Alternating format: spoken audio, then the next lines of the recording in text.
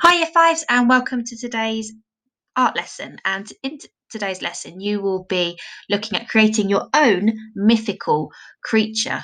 If you remember, mythical creatures are creatures which come from myths, and you will be creating an illustration of your own mythical creature, which will be an amalgamation of lots of different animals. An amalgamation of different animals means that it is a combination of using different animals.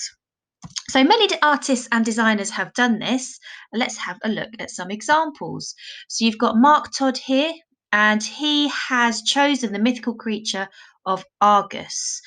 And Argus was given 100 eyes by Zeus. Zeus is the Greek god, so that he could spy on Zeus's girlfriend Lo. Zeus eventually got bored and sent Hermes to kill Argus.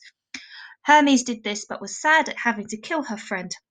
So she took each of his eyes and put them on the tail of her favourite bird, the peacock, and that's how they got their distinctive pattern. And we have another artist here, Sarah Fanelli, and this is her version of Argus, and she's used sort of like a dog body, hasn't she? And then she's created the peacock feathers there, and she's got human eyes on her version of Argus.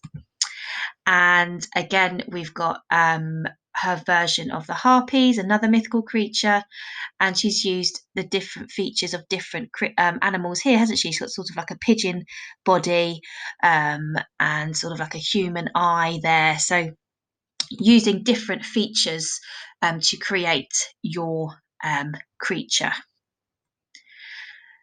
So she's used different kinds of paper, hasn't she? She's used pictures from newspapers. So you can have a think about how you would like to create your creature. And here again, she's used paper and pictures, hasn't she? And sort of made a collage to create the different Hydra heads there. Okay, so this illustrator has created a book where you can swap and change each section to create a new creature every time. The name at the top changes as well. And he hasn't used any collage, has he? He hasn't used any pictures from magazines or different types of paper. He's just drawn the animals, and he's just changed the books over, the pages of the book over, so you can create a new creature each time. Okay, so let's have a look at this animal and what animals have been amalgamated to create this creature. So which animals do you think he's mixed together to create this strange creature? So it looks like there's some sort of beetle here, doesn't it? Some sort of bird wing, and that looks like it might be a crocodile tail.